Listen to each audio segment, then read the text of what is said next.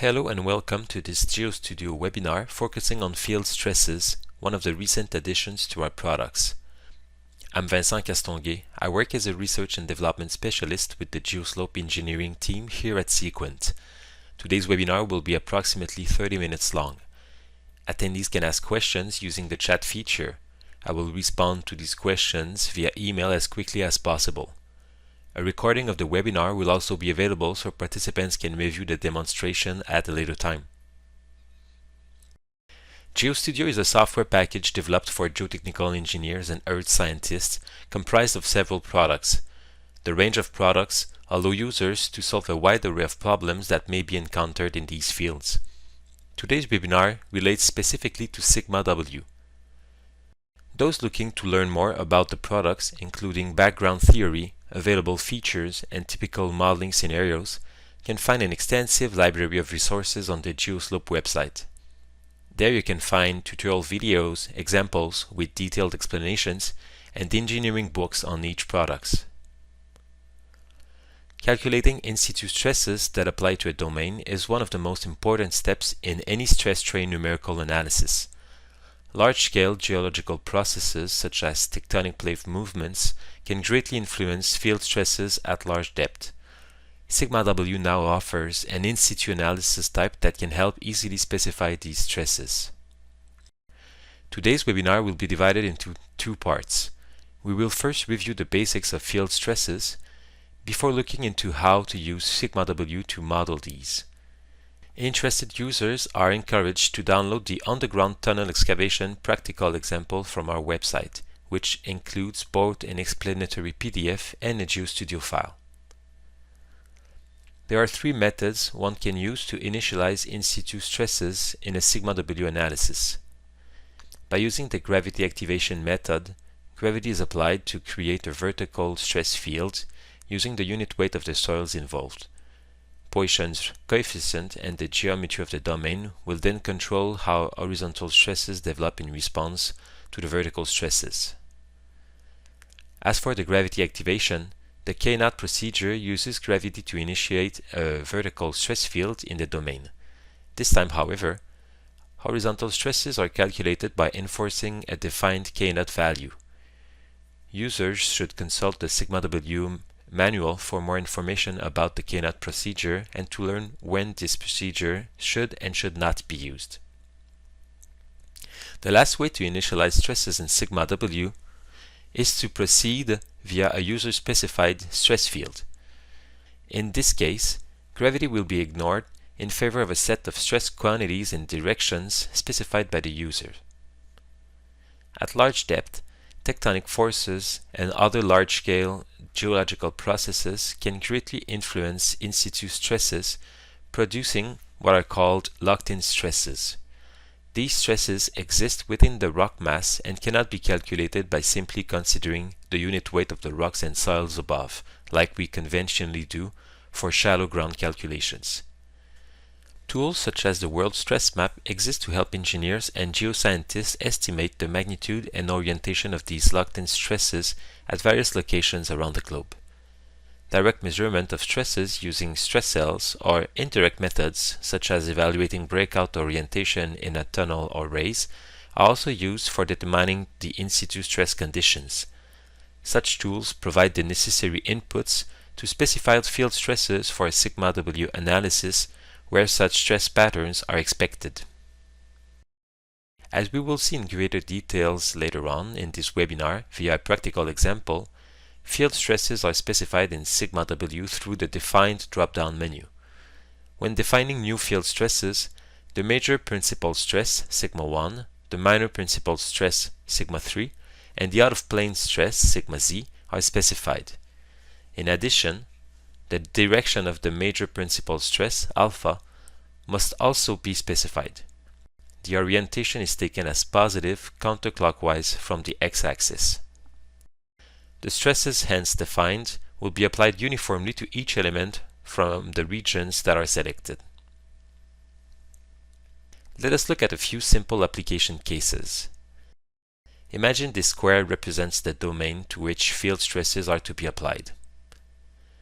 Isotropic stresses of 10,000 kPa are applied here, with alpha, the principal stress direction, being 0, as sigma 1 is oriented along the x-axis.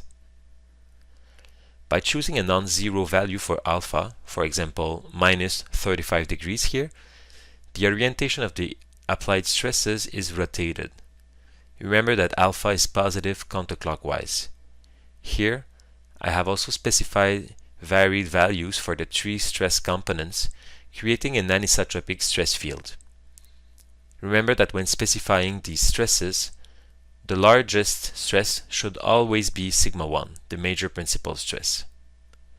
I will use this stress pattern in the example that follows. Before we move on to the practical example, let us review a few important considerations. The field stresses defined will be uniformly applied to the whole domain that is selected. Gravity is ignored when initializing in situ stresses using the field stresses method, as stresses are specified by the user. A proper analysis tree sequence using field stresses will generally start with the in situ field stresses analysis, followed by stress correction analysis, and finally the load deformations analyses that were desired from the start. This could be an excavation, for example. The stress correction analysis ensures that no stress state breaches its yield criterion following the stress initialization procedure. Let us now consider a practical example where field stresses are used in GeoStudio. Here is the geometry we will be working with. This represents two tunnels to be excavated at large depth. I generated the geometry from a DWG drawing that was imported into Build 3D, the companion software we use with our 3D products, and then exported back in 2D into GeoStudio. Any other methods to create your model geometry would also work here. As described a moment ago, the first step for these types of problems is to add an in situ analysis using the field stresses method. The first example is going to use the Hook-Brown material model, so let us identify this in the analysis name. We then need to specify the pattern of field stresses we want to apply to our domain.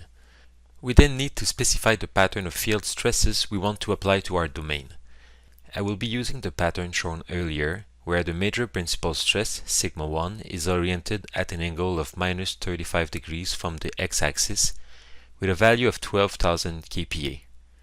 The minor principal stress, sigma 3, takes a value of 8,000 kPa. And finally, the out-of-plane stress, sigma z, takes a value of 10,000 kPa. I can then draw this field stresses definition onto my entire domain. Let us now define the material we will be using for this analysis. I chose the Hook-Brown material model to represent the bedrock we are working with at depth. This is obviously just an example. Use whichever material model fits your specific needs. I then apply this material to every region of my domain, since I suppose the rock is very homogeneous here. The next step is to apply proper boundary conditions. These are quite simple for such an analysis, as we will fix the domain in both x and y directions on each of its sides, which is what is required for a field stresses analysis.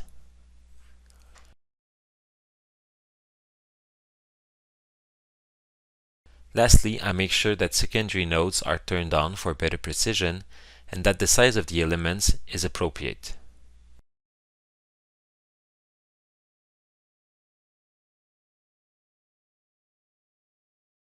I can now run the analysis and let the solver apply the field stresses to the domain.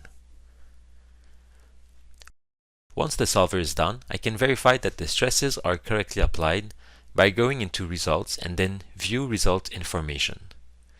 I can select any element in the domain and verify that the maximum and minimum total stresses correctly correspond to the major and minor principal stresses, sigma 1 and sigma 3, I had specified earlier. In this case, 12,000 and 8,000 kPa respectively. The out-of-plane stress, sigma z, also correctly indicates 10,000 kPa. Note here that since our principal stresses were defined at an angle of 35 degrees, The maximum and minimum stresses do not coincide with the horizontal and vertical directions, causing the x and y total stresses to take values in between the major and minor principal stresses. Finally, note that I could have chosen any element in the domain since field stresses are applied uniformly throughout the domain. The next step, once we verified our stresses are correctly applied, is to perform a stress correction analysis to ensure that no stress point lies in illegal stress space. Let us go back to Define Project and add a stress redistribution analysis using the stress correction method that uses the stresses defined in the previous step as inputs. After I've solved this analysis, I can view if there were indeed some problematic stress points in my domain by toggling View Plastic States on the right side of the screen.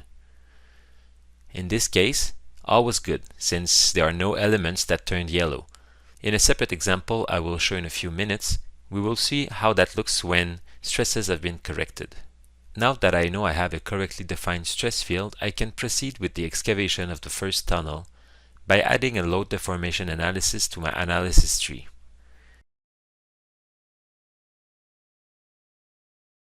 I will make sure to tick the Reset Displacement and Strains tick boxes here to ensure strains that have occurred in the previous analyses are not carried forward. To simulate the excavation, I simply remove the material model that was attributed to the interior of the tunnel.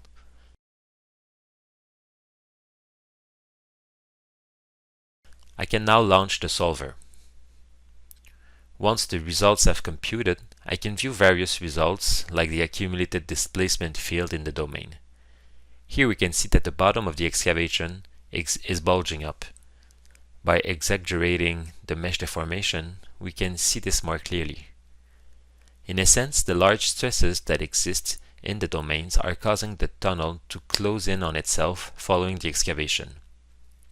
If these deformations or yielding were judged to be excessive, a bolting pattern might be proposed to mitigate the situation. To monitor the deformations that occur inside the tunnel following the excavation, I can plot the total displacement for a specific point at the bottom of the excavation. Here we can see that the bottom experienced an uplift of 75 mm following the excavation. Another interesting set of results to view is the patterns of horizontal and vertical stresses that are generated around the excavation. These stresses started at the values we viewed earlier, but varied following the excavation as deformations occurred. As we proceed with the excavation of the second tunnel, these modified field stresses will certainly have an impact on stresses and strains that are generated further on. Lastly, by toggling on the View Plastic States option, I can see that a large portion of the elements surrounding the excavation reached the Hook-Brown yield criterion we had fixed, which explains the large deformations we see. I can now proceed with the excavation of the second tunnel by adding a second load deformation analysis as a child of the first excavation, as we will be using the stresses from the previous steps as inputs. This time, I want to leave the reset checkboxes off since I want to display the accumulated deformations resulting from both excavations. Again, to simulate the excavation, I simply removed the soil model from inside of the tunnel geometry and I launched the analysis.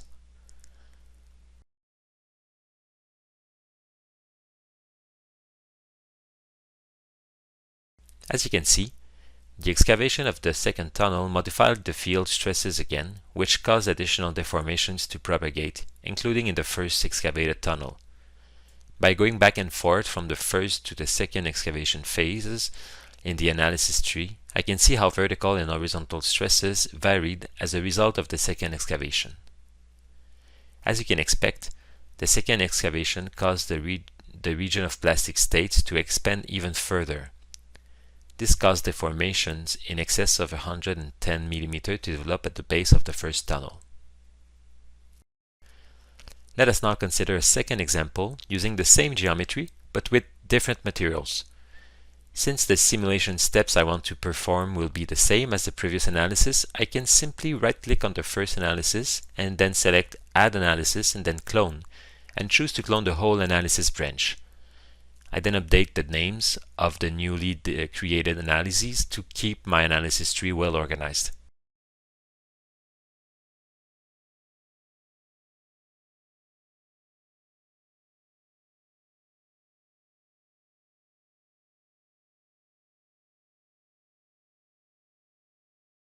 I have already created two materials for this analysis, both using the Morcoulon hardening softening material model.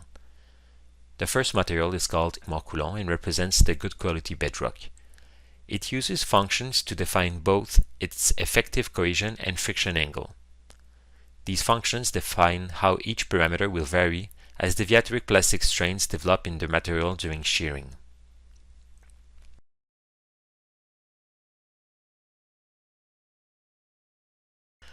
The second material is called weak Morcoulon and represents a poor quality rock layer that unfortunately our two tunnels must pass through. Similar to the intact Morcoulon material, it also uses effective cohesion and friction angle functions to account for softening caused by deviatoric plastic strains.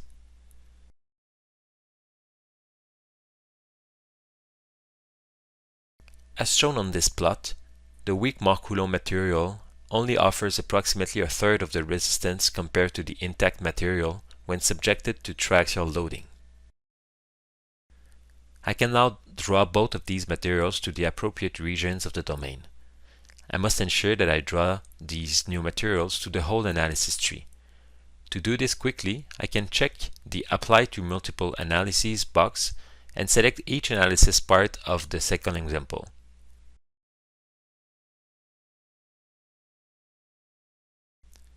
I will then go back to the excavation phases and remove the materials in the tunnels as I had done previously.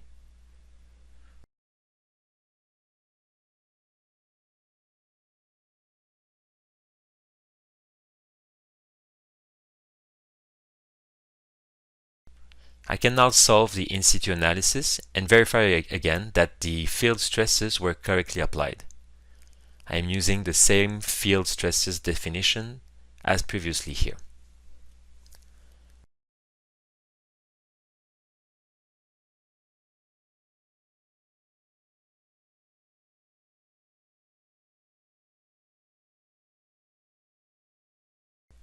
I can now perform the stress correction analysis to catch any stress point that would be in illegal stress space.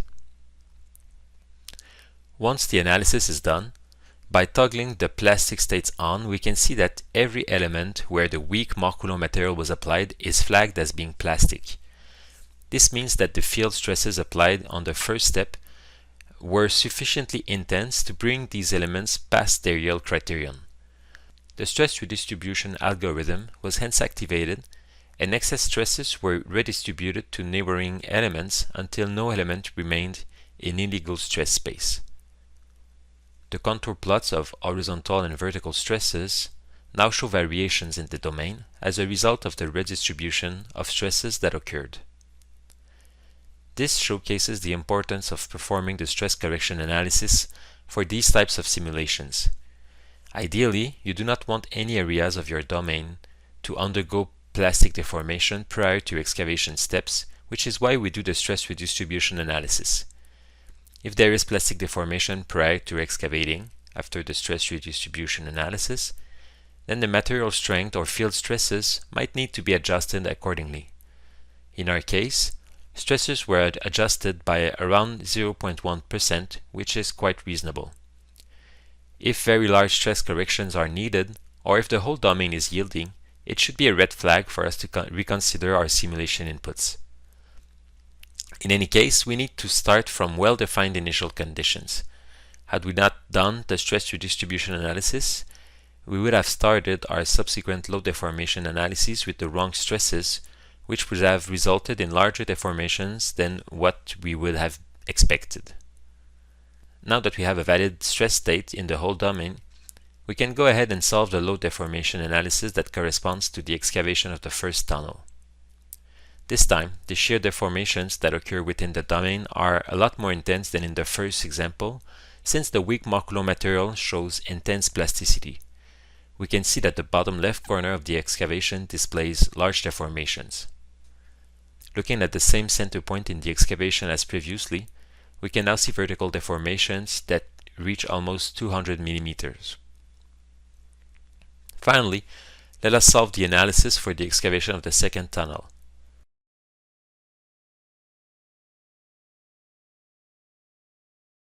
As expected, the second tunnel also experiences large deformations, especially toward its top left part. Toggling plastic states on reveals that large plastic zones are developing in the rock mass that surrounds both excavations.